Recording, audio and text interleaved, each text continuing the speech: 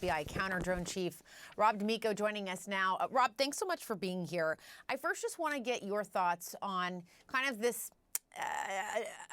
it's not aligned in terms of the public interest, the public concern, and also from local officials. I talked to a mayor yesterday, very concerned, and really minimal answers or explanations from the government. What do you make of all of that?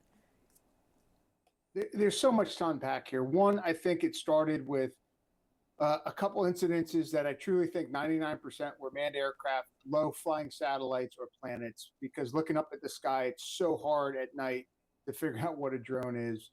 But then I think the hysteria has now caused people to start flying drones, either find drones or really to add to the chaos. Now you're getting a bunch of politicians just, because they don't feel like they're being informed, throwing stuff out there. Like the governor of New York was talking about this radar system. Radar alone doesn't work. Our systems in the FBI, we used ones that had radar, that had RF, radio frequency, had visual, because there's so many gaps in how drones are detected. You need a multi-sensor thing. I was an advisor for a company called Dedrone that combines all of them to one common site picture that really needs to be trained on. And we, in the FBI, we went to Congress asking them to provide funds to train state and locals, because it's such an advanced technology that we thought the FBI could train the state and locals to do it. But it gets into such a mess now. But I think the one good thing coming out of this is people are starting to get attention to drones are going to be an issue, especially when big companies like UPS and Amazon want to do deliveries by them.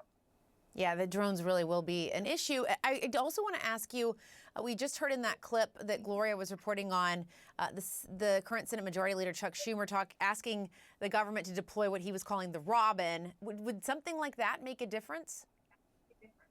The Robin's radar. So when we incorporate a radar system to our counter drone system, you have to really fine tune it. We were discovering like AC units on top of buildings because the radar was picking up the spinning of the fans as propellers.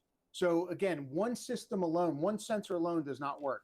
Radar, RF, visual, and you can have some other ones in there that as technology gets more advanced, you plug it in, and they all need to work cooperatively to look at all the pictures. So if it picks up radar, the video camera gets slewed to it, and you can confirm it by visual if it's a drone, or if it RF is picking up the controller and the drone, again, the video would slew to it, the radar would slew to it. So it's a multi-sensor approach that gets very complex. You need a lot of training for it, but it is out there. But it's just not one thing at all that's going to fix this. And as you talked about, the radio frequency gaps, we had our own FCC saying that we couldn't even look at some radio frequencies that maybe foreign assets use for their drones. And so I think also, too, what you're getting at here is it takes a lot to really figure out what these drones are doing, where they come from, to identify them. And I think that's where people are getting so frustrated, is it seems like we should know more, and we really don't. We don't know where these are coming from. That is a problem, but it's also hard to prove a negative, because I still think the majority are false spottings. Everything that they've been looking at is, when they line it up with the flight plans, we used to use an app, Flight Radar 24, and it shows all the planes over your area, including government and commercial and small planes. And it's amazing that how many airplanes can be over one single area. They might be set off by altitude, but from the ground, they all look the same. Or if they're all coming in, I saw one video where they're saying that drones were lined up. Well, that's planes in an approach pattern. They're miles apart, but when you look at them from a certain angle, they look all on top of each other. So again, it's tough, and it is a technology. I had the best guys out there that were working, because that's all they worked was counter drones. That training can go to state and locals, but it's going to take some time and funding. And I think Congress really has to get a hold of, in order to go in the future with what drones are going to be used by. They talk about drones being able, like taxis, go pick someone up. You're going to have to figure all this out and what that airspace looks like to deconflict. Yeah, and it sounds like what you're saying is, regardless of what the outcome is here, we're not properly prepared for the future with drones, that you think that more should be done, more funding, more training, all of these things.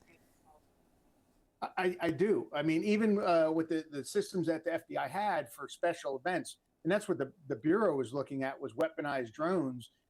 There were still gaps in that technology. I'm not going to go into them. I don't want to give that away, but there's still gaps in there that you have to account for. And you have to have a layered defense. You have to have multi-layers sensors, and you have to have multi-layer mitigation systems to be able to control all those drones that may provide a threat to something. All right, Rob D'Amico, thank you. We appreciate it. Thank you. Cleanup.